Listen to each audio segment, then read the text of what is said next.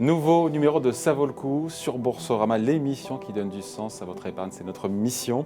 Aujourd'hui, on parle comme régulièrement des fonds durables, des fonds verts, et ça tombe bien puisque Novetic y consacre une nouvelle étude. Bonjour Anne-Catherine. Bonjour. Anne-Catherine Husson-Traoré, directrice générale de Novetic. 5e édition donc de cette étude qui a été intitulée, à ma surprise, les limites des fonds verts en Europe. Pourtant, j'ai le sentiment que jamais autant d'argent n'était venu se déverser sur ces fonds verts, ce qui est plutôt une bonne nouvelle. Alors oui, on parle des limites pour une raison assez simple, c'est-à-dire qu'effectivement, on parle simplement des fonds verts, c'est-à-dire ceux qui ont une thématique environnementale, pas de l'ESG ou du durable en général. Donc ça reste une niche. Donc thématique environnementale, donc l'eau, les énergies renouvelables, etc. Ouais. Donc c'est vrai qu'on a vu... C'est une grosse niche quand même. C'est une grosse niche, en tout cas on l'a vu grandir. C'est-à-dire qu'en 2015, ça pesait à peu près 20 milliards d'euros en Europe, dans la gestion d'actifs européenne. À juin 2021, ça pèse 10 fois plus, c'est-à-dire 202 milliards. Le nombre de fonds a été multiplié par 3, etc. Donc on voit vraiment une croissance forte. En revanche... Ça c'est de réalité et on s'en félicite. Alors, ça, c'est une très bonne nouvelle, sauf qu'effectivement, compte tenu de l'ampleur des défis qui nous attendent avec la transition énergétique et plus globalement la transition écologique, on reste quand même sur des sommes modestes. Et surtout, on reste en dessous de 2% de la gestion d'actifs en Europe. Des encours totaux. Voilà. Donc, la niche verte... On part de zéro aussi. Hein.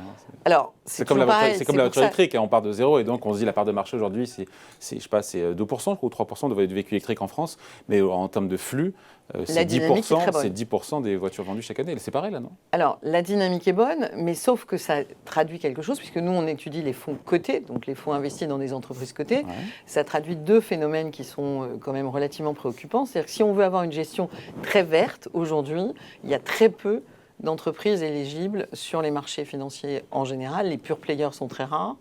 Et surtout... C'est un problème de fond, pardon, Anne-Catherine, c'est un vrai sujet de fond. Aujourd'hui, il n'y a pas assez de... Le creuset, le choix possible, encore une fois, de pure player green dans lesquels on peut investir en bourse n'est pas suffisant au regard de tous ces flux d'épargne qui aimeraient s'investir dans le green. Voilà, et c'est vrai que la croissance de ce marché est plutôt portée par la demande, on va dire, que par l'offre. En plus, c'est pour ça qu'on parle de bulle verte, puisque comme il y a très peu de pure players, il y a évidemment un afflux massif des investisseurs. De fortes valorisations sur les pure players green. Alors en plus, il y a des débats infinis autour de la fameuse taxonomie qui est censée définir ces activités vertes et dans laquelle les entreprises sont censées s'aligner. Ouais. Pour l'instant, tout le monde est très attentiste. Et les marchés, en plus, allant très bien actuellement, sans se transformer, sans se verdir, globalement, on voit bien qu'il y a quelque chose qui a du mal à se mettre en route. Ce qui nous a vraiment frappé en faisant cette étude, c'est que ce marché traditionnel des fonds verts augmente certes et aujourd'hui représente à peu près 2/3 des encours des fonds verts. Ouais. En revanche, ce qui est un phénomène vraiment nouveau et qui se développe très très vite, qui représente 1/3 des encours de notre étude, c'est les fonds indiciels bas carbone. C'est-à-dire que c'est une approche qui est orientée climat, orienté sur l'idée qu'il faut que toutes les entreprises, tous secteurs confondus, réduisent massivement leurs émissions de CO2. Et idéalement, s'alignent sur les accords de Paris. Voilà, tout à fait. Donc du coup, on construit des fonds souvent indiciels. Beaucoup de ces produits sont des fonds indiciels, alignés. Donc ils sélectionnent les entreprises, tous secteurs confondus, sur le critère de quelle est leur ambition en termes de réduction des émissions de CO2 et est-ce que cette ambition est alignée sur l'accord de Paris. Ce qui est intéressant, c'est que là, il y a quand même quelque chose qui est déjà pricé par les marchés, puisque par exemple, quand on construit un fonds indiciel bas carbone aligné sur l'accord de Paris, avec un indice de référence qui s'appelle comme ça, Paris Aligned Benchmark, eh bien quand on fait ça, on a en pondérant différemment les entreprises du S&P 500, on a une performance de 3,3 supérieure à celle du S&P 500, qui est déjà très bonne. C'est très bien. Alors, ça veut dire, oui, c'est très bien. C'est un signal. Là, ça vaut le coup. Alors, c'est un signal de marché important qui fait qu'effectivement, aujourd'hui, un investisseur qui ne tient pas compte du tout de ce paramètre climatique en disant les marchés financiers vont bien et peu importe ce qui se passe dans 5 ou 10 ans, finalement, il perd en performance potentielle. Donc, il y a une bonne nouvelle aujourd'hui, c'est que dans le domaine énergétique, sur le climat, les marchés sont en train de se réorienter assez massivement et c'est ça. J'ai peut-être mal compris, donc il y a une sous-performance des fonds bas carbone, je pense que c'était une surperformance. Non, une surperformance. Ce que je veux dire, c'est si on ne s'aligne pas sur cette trajectoire-là, finalement, on peut perdre l'occasion d'avoir une performance encore meilleure.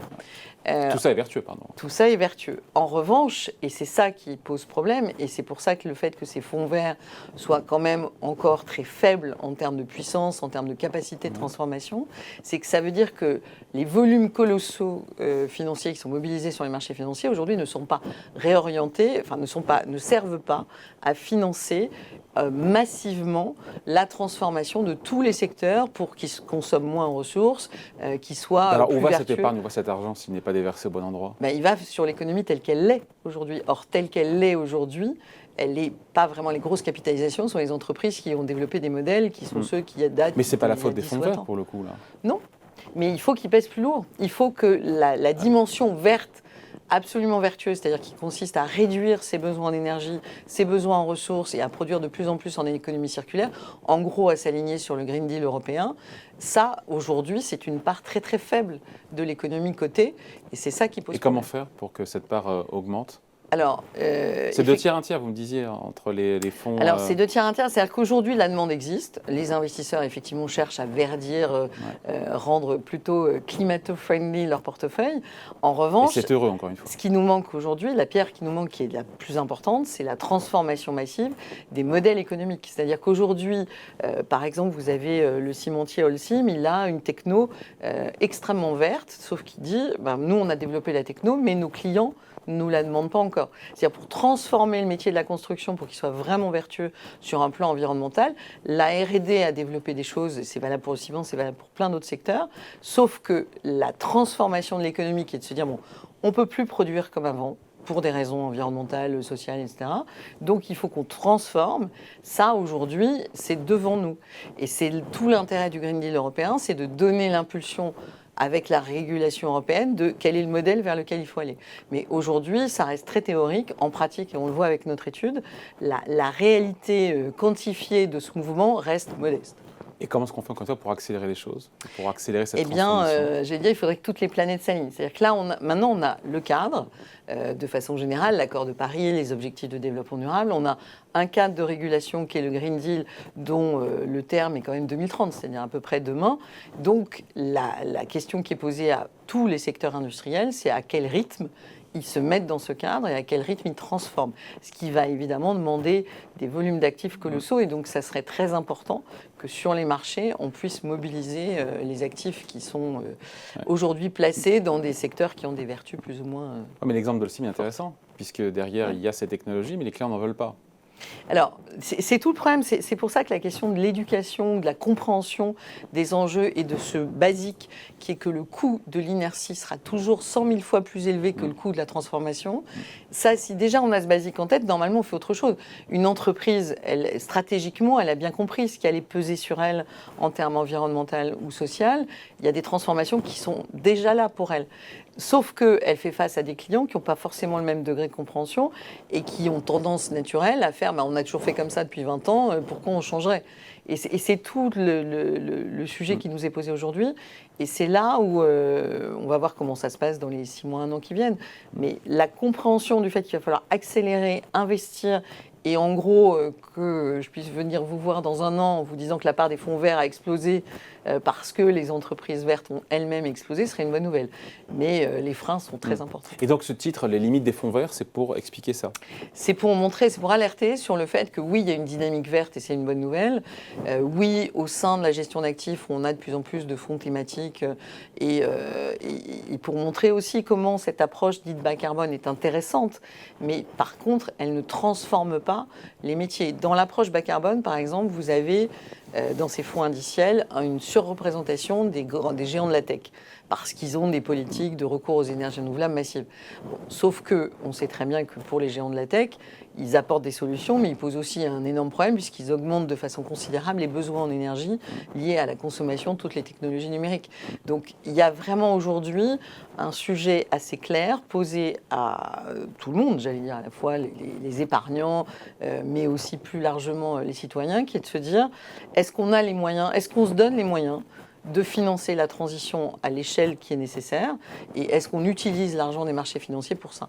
Et c'est vrai que pour l'instant, c'est encore très timide comme mouvement. Et donc ce qui veut dire indirectement que ce verdissement des marchés financiers, c'est votre point de vue, aujourd'hui est trop embryonnaire, c'est ça? Et trop embryonnaire pour délivrer de la vraie performance environnementale dont on a besoin, oui. Performance environnementale qui se lie à la performance d'ailleurs financière. Absolument. On l'a vu au travers. Il y a un cercle vertueux et par contre qui normalement devrait être attractif et ça nous a un petit peu étonné de sentir que cette attractivité reste encore modeste. Attendons la prochaine étude, ça sera en 2022, c'est ça? Absolument. Merci beaucoup Anne-Catherine Husson-Traoré pour Novetic, merci. Et on se retrouve la semaine prochaine ici sur Boursorama.